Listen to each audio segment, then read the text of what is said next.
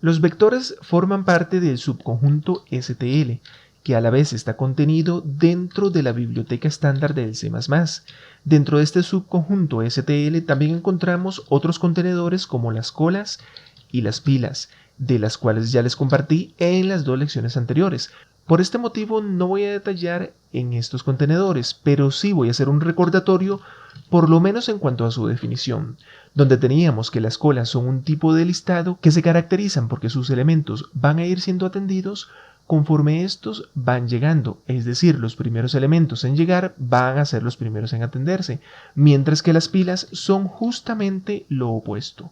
En otras palabras, los elementos de las pilas se van a ir atendiendo con el orden de que el último elemento en llegar va a ser el primero en ser atendido, luego el penúltimo y posteriormente el antepenúltimo hasta llegar a los primeros. También les había compartido una analogía para entender mejor este tema, donde comparábamos las colas en informática con la cola de un banco, donde los primeros clientes en llegar son los primeros que atenderemos y yo no puedo proceder a atender el segundo cliente hasta haber despachado al primer cliente. Lo mismo acontece con las colas, yo no podía acceder a los otros elementos hasta irme deshaciendo de los primeros elementos. Las pilas de programación las habíamos comparado con una pila de platos. Cuando yo necesito tomar un plato de esta pila de platos, no voy a tomar los platos de abajo que fueron los primeros en ser puestos, sino que yo voy a tomar de los platos de arriba que fueron los últimos en ser colocados. Este recordatorio es importante para decir que los vectores también son un tipo de listados, con grandes ventajas en comparación con las colas y con las pilas, porque yo en mi vector voy a tener mayor flexibilidad a la hora de manipularlo. Yo puedo empezar recorriéndolo desde los primeros elementos o desde los últimos elementos. Incluso si yo deseo puedo ir accediendo a sus elementos de forma aleatoria. En otras palabras, yo puedo acceder a los elementos centrales o al elemento que yo quiera esté donde esté. Precisamente, por eso mismo también decimos que los vectores son un tipo de arreglo dinámico. Primero les voy a explicar con ayuda de un par de ejemplos cuáles son las funciones básicas para crear los vectores y manipularlos. Posteriormente también les voy a estar compartiendo el por qué los vectores son arreglos dinámicos y en qué se parecen a la manipulación de los arreglos comunes que son los que veníamos utilizando. Primero voy a borrar estas líneas para proceder a crear nuestro primer vector. Antes de crear nuestro primer vector vamos a incluir la librería vector que contiene las funciones necesarias para la manipulación de mis vectores. Procedemos ahora a declarar el primer vector. Los vectores, al igual que las variables y los arreglos, podemos definirlos antes de la función main, o si deseamos podemos definirlos dentro de la función main. El resultado va a ser el mismo, pero yo voy a incluirlo dentro de la función main. Para declarar nuestro primer vector, lo primero que vamos a escribir es la palabra reservada vector, seguido de los signos menor que y mayor que. Dentro de estos signos vamos a incluir el tipo de datos que va a soportar mi vector. Voy a utilizar el tipo de datos entero porque para este ejemplo voy a estar manipulando números de tipo entero. Si desearan manipular datos de tipo texto, entonces pueden incluir el tipo de datos string o el tipo de datos char. Pero para este ejemplo lo vamos a dejar en int. Para finalizar de declarar nuestro primer vector, vamos a incluir el nombre identificador de nuestro vector. En este caso yo voy a escoger el nombre vector1 para que sea más intuitivo, pero pueden seleccionar el nombre que ustedes prefieran. Acabamos de crear nuestro primer vector, pero por ahora este vector está vacío. ¿Cómo hago entonces para incluir elementos dentro de mi vector? Muy fácil. Vamos a escribir el nombre del vector, el operador de acceso que es un punto, y seguido vamos a incluir la función pushBack. Para los que ya han utilizado pilas y colas, tengan mucho cuidado de no confundir la función push que se utilizaba en esos temas con la función pushback. Dentro de los paréntesis de pushback vamos a colocar el dato que yo deseo enviar. Si yo estuviese enviando texto, obviamente tengo que colocarlo entre comillas. Pero para este ejemplo voy a empezar con un 80 vector1 punto pushback 100 punto y coma vector1 punto pushback 3 y vamos a incluir dos datos más, vector1 punto pushback 45 y para finalizar vector1 punto pushback, ahí vamos a colocar un 4 Y acabamos de incluir 5 elementos dentro de mi vector. Ahora, ¿cómo hago para poder mostrar todos estos elementos de forma automática? En otras palabras, ¿cómo hago para poder recorrer mi vector e ir imprimiendo por consola todos estos números? Existen varios métodos para esta acción. Pero primero les voy a mostrar el más sencillo, luego les voy a mostrar otro método que les permitirá conocer un par de funciones muy importantes para la manipulación de vectores. Pero por ahora voy a mostrarles el método más sencillo. Para esto necesitamos crear un bucle de tipo for. No podemos utilizar bucles de tipo while. Vamos a crear dentro de este bucle una variable. Voy a llamarle número a mi variable. Pueden dejarle el nombre que ustedes prefieran. Vamos a colocar 2 puntos y el nombre de mi vector. Si tuviese otros vectores, tengo que colocar aquí el nombre del vector que yo quiero recorrer. Seguido de esto, como es obvio, vamos a colocar las llaves de apertura y cierre. Primero les voy a explicar qué es lo que estamos haciendo dentro de esta sentencia. Al colocar esta sentencia dentro de un bucle for, le estoy indicando a mi programa que yo quiero extraer uno por uno los datos que están contenidos dentro de mi vector e irlos incluyendo uno por uno dentro de mi variable número. Así de sencillo. Luego, lo que voy a hacer dentro de las llaves es un code a la variable número, para así ir imprimiendo uno por uno los datos que van llegando a la variable número en L, punto y coma. Con solo esto ya vamos a recorrer de forma automática todo mi vector. Esto también podría hacerlo con arreglos. Vamos a proceder a compilar aquí y verificar que el ejemplo que les acabo de suministrar está funcionando correctamente. Podemos observar que se han impreso los datos de mi vector. Por ahora la manipulación de este vector ha sido bastante sencilla, pero vamos a ver otro método que me va a incluir un par de funciones extra. Vamos a crear igualmente un bucle for y vamos a crear una variable de tipo auto. Le voy a llamar número y ya voy a estar explicando por qué es de tipo auto. Por ahora lo que vamos a hacer es que número sea igual a vector1.begin. Begin en inglés significa comienzo. Lo que esta función me va a devolver es un puntero hacia la primera posición de mi vector. La primera posición tiene almacenado en este caso el número 80, pero ojo aquí, no me va a devolver el número 80, sino un vector hacia esta posición.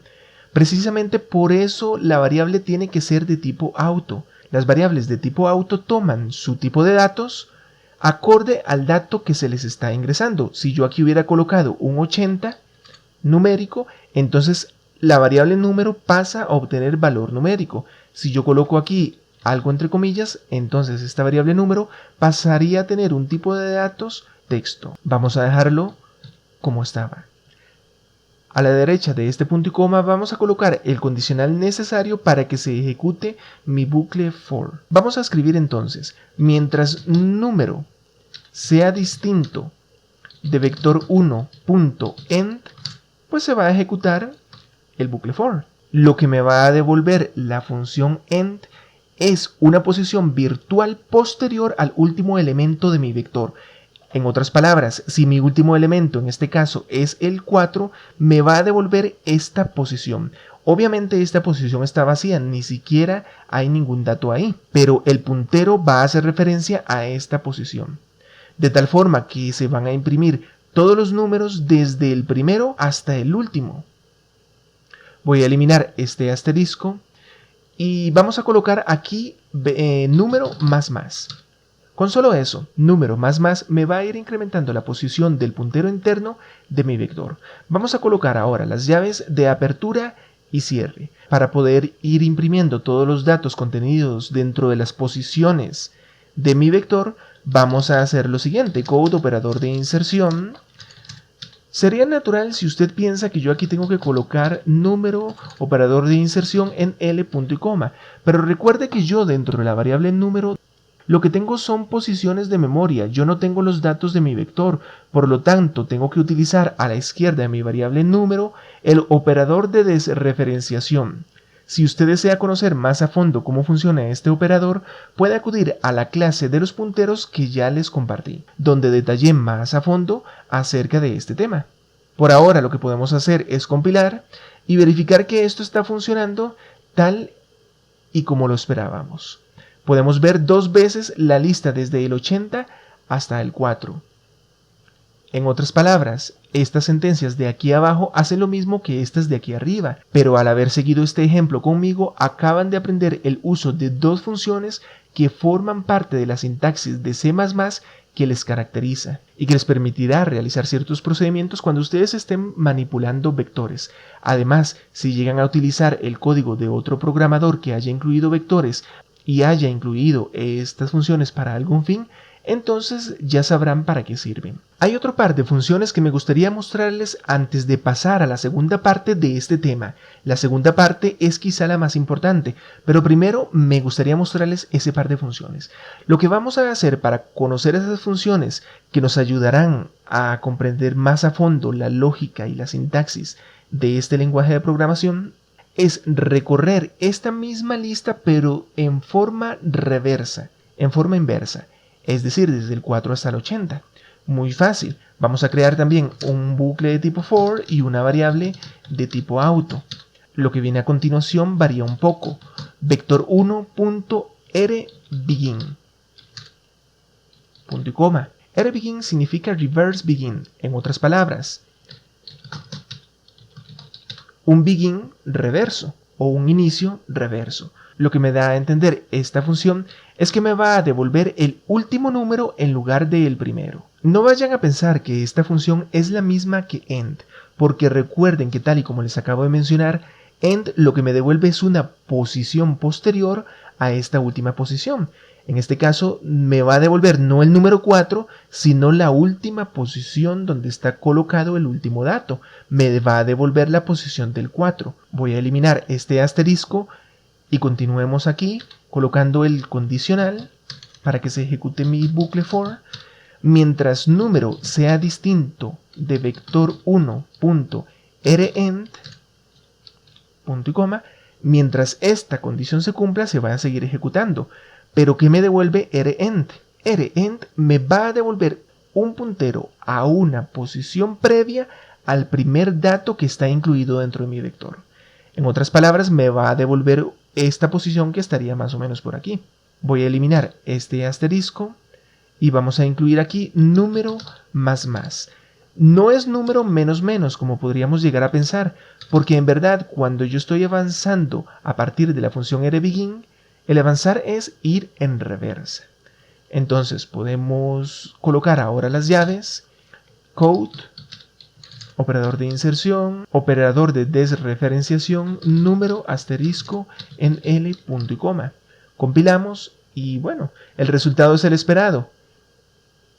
Vamos a obtener 3 listados y el último listado va a partir desde el 4 hasta el 80. Ahí lo tenemos. Mi objetivo es que también comprendieran el uso de estas 2 funciones para que cuando las vean ya conozcan cómo funcionan. Al principio les decía que los vectores son un tipo de arreglo dinámico. Recordémonos que así es como se declara un arreglo. Cuando yo estoy declarando un arreglo voy a necesitar colocar un máximo de índices o casillas que va a contener mi arreglo. Voy a reservar una cantidad máxima de espacios donde voy a poder incluir datos. Esto obviamente es una gran desventaja, porque por ejemplo, si los datos me los va a regresar el usuario, yo no siempre voy a tener la garantía de que el usuario quiera ingresar 20 datos. Puede querer ingresar 25 o 100 datos. Podríamos decir, bueno, la solución entonces es reservar un número alto, por ejemplo, el número 1000. Pero si yo reservo 1000 espacios y al final solo voy a necesitar 5 o 100 espacios, entonces lo único que he logrado es desplazar el problema de forma inversa, porque si yo reservo 1000 espacios y al final solo voy a necesitar 5 o 100 espacios, estoy haciendo un desperdicio de memoria reservada. Pareciera, por lo tanto, no haber solución, y es muy posible que ya usted se haya hecho este planteamiento. Bueno, la solución son precisamente los vectores tal y como los veníamos utilizando. Si yo quisiera modificar uno de estos espacios, o mejor dicho, el valor contenido en alguno de los índices de mi vector, lo único que tengo que hacer es colocar el índice. Veamos a qué me refiero. Voy a colocar aquí vector 1, casilla 2, igual a, puede ser 37. Recuerden que tanto los arreglos como los vectores empiezan a partir de la casilla 0, no de la casilla 1. Por lo tanto, cuando yo estoy modificando la casilla 2, estoy modificando este 3, porque el 80 está incluido dentro de la casilla 0, el 100 está incluido dentro de la casilla 1 y el 3 dentro de la casilla 2. Así de sencillo. Cuando yo compile esto, voy a obtener un listado original con el 3 bajo este algoritmo. Pero cuando pasemos a este otro algoritmo se me va a imprimir una lista con el 37 en lugar del 3. Compilamos y verificamos rápidamente que esto es tal y como les acabo de mencionar. Aquí podemos observar que tenemos un 37 en este listado, mientras que en el primero tenemos un 3. Si se preguntan acerca de este warning que me acaba de enviar a la izquierda, se debe a que aquí yo creé un arreglo y no lo he utilizado. Lo vamos a eliminar porque era nada más para este ejemplo. Lo que les estoy diciendo aquí es que para modificar el valor de cualquier casilla lo voy a hacer como veníamos haciendo con los arreglos. Si yo quisiera incluso imprimir únicamente lo que está contenido dentro de una casilla, vamos a utilizar el code vector 1, casilla 2, operador de inserción en L, punto y coma. No tengo que hacer nada más. Me gustaría mostrarles una función muy importante. Imaginemos que yo acabo de obtener los resultados de una base de datos y los acabo de almacenar de forma automática dentro de un vector. Muy bien. Imaginemos ahora que se han almacenado 500 resultados en mi vector. Si yo quiero manipular la memoria de una forma más eficiente, tengo que eliminar todos esos datos una vez ya no los voy a necesitar. Por ejemplo, aquí ya dejo de utilizar mi vector. Imaginemos que posterior a esto yo tengo más código para que mi programa siga realizando más acciones. Pero en esta parte yo voy a borrar todos los datos de mi vector, colocando el nombre de mi vector y la función clear. Así de sencillo. Vamos ahora a compilar y ya ahí se habrían borrado los datos. Pero voy a mover esto para aquí arriba, de tal forma que nos imprima la tercera línea y de esta manera podremos comprobar que he eliminado todos los datos de mi vector. Me gustaría terminar de aclarar, porque pienso que no lo aclaré muy bien, que el motivo por el que se llama a los vectores arreglos dinámicos es porque yo puedo seguir incrementando el tamaño de mi vector con cuantos datos yo necesite, utilizando la misma función pushback. Es natural si conserva alguna duda acerca de este tema de los vectores, por tanto quedo atento para responderles. Así es que nos vemos por allá.